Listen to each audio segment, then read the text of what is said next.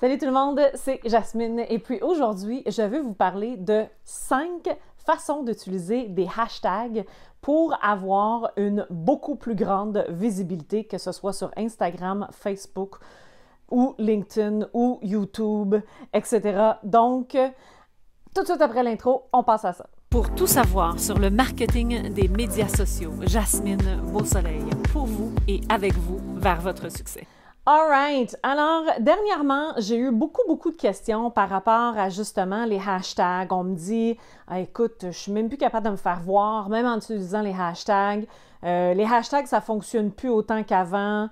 C'est rendu maintenant que si on utilise trop de hashtags, on va devenir invisible.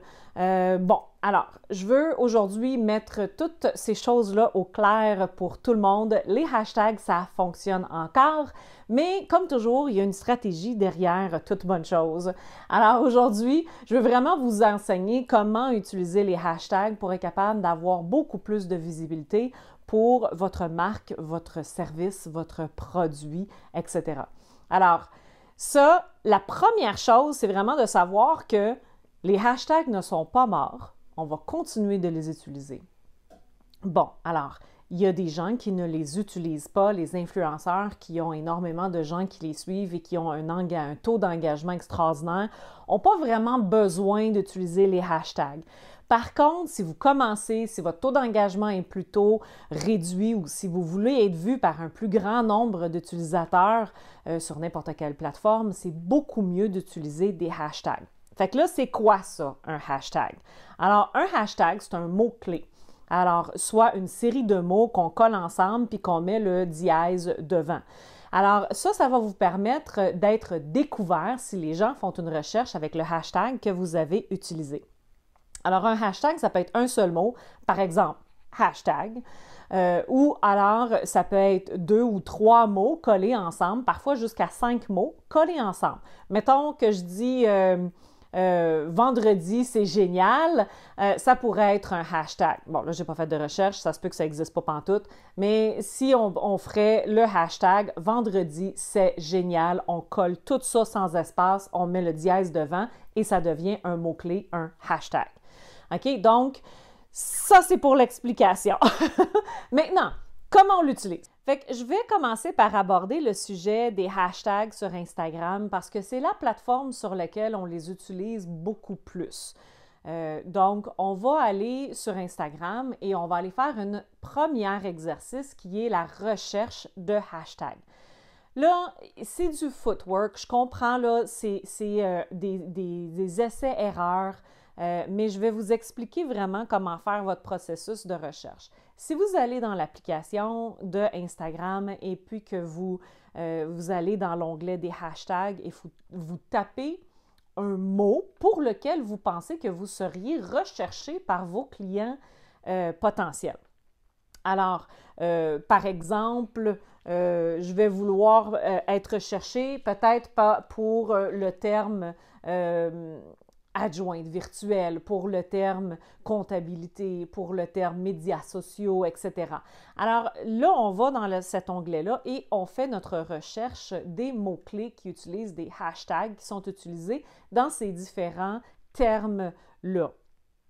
Et l'idée, c'est d'utiliser une variété ou plusieurs variations de ce mot-clé-là et d'autres mots-clés qui sont connexes et similaires, et puis d'arriver à des nombres de publications par mot-clé qui sont inférieurs à 500 000 publications. Pourquoi?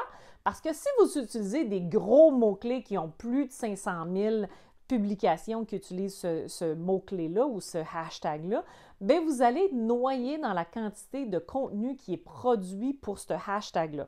Donc, c'est toujours mieux d'utiliser, surtout si vous voulez être découvert, des hashtags qui ne sont pas hyper surutilisés. Donc, au-dessus de 1000, en bas de 500 000, c'est parfait. Alors, on fait une petite recherche pour les mots, on regarde les différentes variantes et on peut être découvert à ce moment-là assez rapidement en utilisant des mots-clés qui ne sont pas surutilisés. Et là, je veux vous parler de la différence entre le hashtag qui vit dans le fil d'actualité de Instagram et le hashtag qui vit sur les stories. Parce qu'on peut mettre des hashtags sur les stories aussi, mais si votre hashtag ne vit pas dans les stories, puis quelqu'un essaie de vous découvrir par rapport aux stories, vous n'allez pas être découvert. Bon, alors, je vous explique un petit peu comment faire. Si vous allez faire une recherche de hashtag et puis que vous arrivez sur un terme que vous utilisez, vous cliquez dessus et ça va vous ouvrir le fil de ce hashtag-là. Et puis, sur l'icône qui est utilisée pour, disons, avoir une image quelconque pour ce hashtag-là, vous allez voir un cercle rouge autour de l'icône lorsque ce hashtag-là est utilisé dans les stories et vous n'allez pas en voir si ce hashtag-là n'est pas utilisé dans aucune stories. Donc, ça, c'est une façon de faire pour utiliser les hashtags dans vos stories. Je vais vous montrer un petit peu plus loin comment on les utilise exactement, comment est-ce qu'on peut les cacher dans vos stories. Ça s'en vient, bougez pas. Alors là, je vais vous mentionner comme troisième petite stratégie le nombre de hashtags à utiliser parce que oui, si on en met trop, on peut être vu comme un bot ou comme être spam. Fait qu'on ne veut pas en mettre trop. Normalement, je vous dirais dans Instagram, c'était 30 hashtags par publication. Ça l'a réduit depuis le temps. On dit maintenant entre 15 et 20, c'est tout à fait suffisant, surtout si vous avez fait une bonne recherche de hashtags, de mots-clés pour votre propre brand pour être découvert. Donc, entre 15 et 20 dans Instagram, autour de 3, je vous dirais, dans LinkedIn, 3 à 4 hashtags. Parce que oui, dans LinkedIn, on peut maintenant être découvert grâce à des hashtags, puis je vais vous montrer où regarder pour trouver les meilleurs hashtags pour votre brand et pour être vu par ceux qui vous suivent dans LinkedIn. Et puis, maintenant, on a fait Instagram, on a fait LinkedIn et Facebook. Bon, Facebook, les hashtags, c'est très différent. Si vous voyez une trolley de hashtags dans Facebook, c'est parce que la personne, elle a publié sur Instagram puis elle a poussé sa publication sur Facebook et ça a été publié en même temps avec exactement la même photo et exactement la même description puis tous les hashtags ont suivi. Ne faites pas ça. OK? Parce que c'est comme si vous serviez du réchauffé à vos invités qui viennent vous voir aujourd'hui, vous leur serviez des restants d'hier. Fait que ça, c'est vraiment pas à conseiller quand vous êtes sur les médias sociaux. Vous pouvez réutiliser votre contenu, oui, mais ne le poussez pas d'une plateforme à l'autre. Refaites un contenu pour Facebook qui est différent de Instagram ou alors utilisez le même, mais à quelques jours d'intervalle et omettez tous les hashtags. Facebook, là, la seule raison d'utiliser un hashtag sur Facebook, c'est si on veut suivre un sujet en particulier ou on veut que nos abonnés suivent le sujet en particulier. Par exemple, si je dis à mes gens, participez à ce concours, likez la publication, commentez, et puis pour voir qui a participé, je leur recommande d'utiliser le hashtag 1, 2, 3, Star Wars, mettons. C'est n'importe quoi, là, mais c'est pour vous donner un exemple. OK, donc, toutes celles et ceux qui vont avoir utilisé 1, 2, 3 Star Wars, je vais pouvoir taper ce hashtag-là dans la barre de recherche de Facebook et voir toutes les gens qui ont participé au concours. Et c'est comme ça qu'on les utilise sur Facebook maintenant. Il n'y a vraiment pas énormément de façons d'être découvert sur Facebook. Ça fonctionne très différemment maintenant qu'il y a quand la plateforme elle a commencé, où est-ce qu'on pouvait utiliser des hashtags pour être découvert. Maintenant, c'est vraiment plus pour suivre j'ai juste le mot en anglais, des sujets, des topics sur Facebook que d'autres choses. C'est pas vraiment utilisé pour être découvert. Alors, sur YouTube, même chose. Si vous voulez, si vous êtes sur YouTube, si vous faites des vidéos comme moi je fais, alors c'est 3 hashtags dans la description et ensuite entre une vingtaine, trentaine là, dans les tags qu'on peut utiliser à ce moment-là pour être découvert pour notre contenu. Si vous êtes sur Twitter, là, vous pouvez mettre environ 5 hashtags par publication. Au-dessus de ça, ça vaut vraiment juste pas la peine, puis vous êtes vu encore une fois comme du spam. OK? Alors, entre 3 et 5 sur Twitter également. All right! Alors, on passe à une partie super intéressante. Comment cacher des hashtags dans Instagram quand on veut faire une stories? Alors, on va faire une publication comme on ferait normalement. On ouvre l'application de Instagram. On va sur notre photo de profil pour créer une nouvelle stories. On load une photo ou on rédige un texte. Puis là, on veut cacher des hashtags pour ne pas que ça devienne, pour ne pas que la publication contienne trop d'informations puis que ça soit distrayant, ça se dit-tu? Pour ne pas que ce soit distrayant pour l'œil, on va cacher des hashtags qu'on peut à ce moment-là quand même utiliser pour être découvert, mais qu'on ne voit pas nécessairement dans la publication. Alors, là, on le fait comme ceci. On rentre dans l'application, on bâtit les choses, on va aller cliquer sur le texte là, pour rédiger le texte et ensuite, on clique sur le crayon pour aller prendre une couleur qui existe dans l'image qu'on a fait et puis le texte va se mettre dans cette couleur-là. Après ça, on réduit le texte le plus que possible et on le cache dans la couleur qu'on a choisie avec le crayon. Alors, c'est hyper fastoche. À ce moment-là, votre texte est très visible et puis on ne voit pas une trolley de hashtags qui pourrait vraiment attirer l'œil puis déranger puis enlever l'importance du texte versus l'importance sur les hashtags.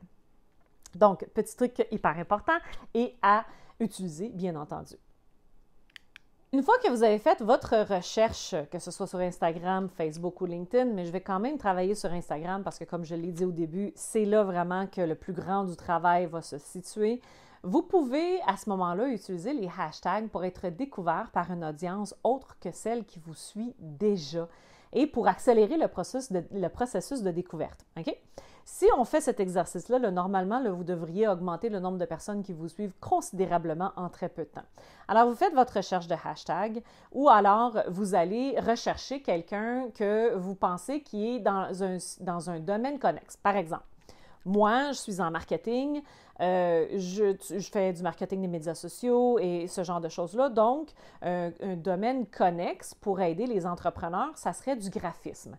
Alors, si je fais une recherche dans Instagram pour quelqu'un qui fait du graphisme, à ce moment-là, je peux aller voir dans les abonnés qui la suivent et aller commenter sur leur profil à eux dans les publications qu'eux ont affichées. Puis, je fais ça à peu près pour une dizaine de personnes que je sais qui est entrepreneur, que je sais que moi, je peux aider. Et puis, je vais commenter, je vais aimer ses publications et je vais faire ça pendant environ 2 semaines avant de lui envoyer un message direct pour lui proposer soit une collaboration ou soit un échange téléphonique ou apprendre à la connaître davantage.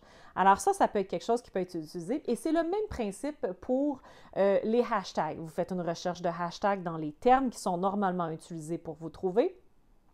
Et vous allez regarder les gens qui cherchent vos services ou vos produits et vous faites exactement le même exercice que je viens de faire. Donc, vous allez voir dans le fil du hashtag, vous allez sélectionner quelques publications qui ne sont pas tous publiées par la même personne et vous allez commencer à suivre ces gens-là, commenter sur leurs différentes publications jusqu'à ce que ça fasse environ 2 semaines que cette personne-là vous voit, qu'elle engage, qu'elle réplique à vos commentaires et ce genre de choses-là. Puis là, vous pouvez leur envoyer un message direct pour être capable d'avoir une relation encore beaucoup plus étroite. Et c'est comme ça qu'on augmente notre visibilité. C'est comme ça qu'on se fait découvrir sur Instagram, mais aussi sur LinkedIn, parce que c'est le même principe sur LinkedIn, c'est le même principe sur YouTube, c'est le même principe pas mal partout sur les médias sociaux.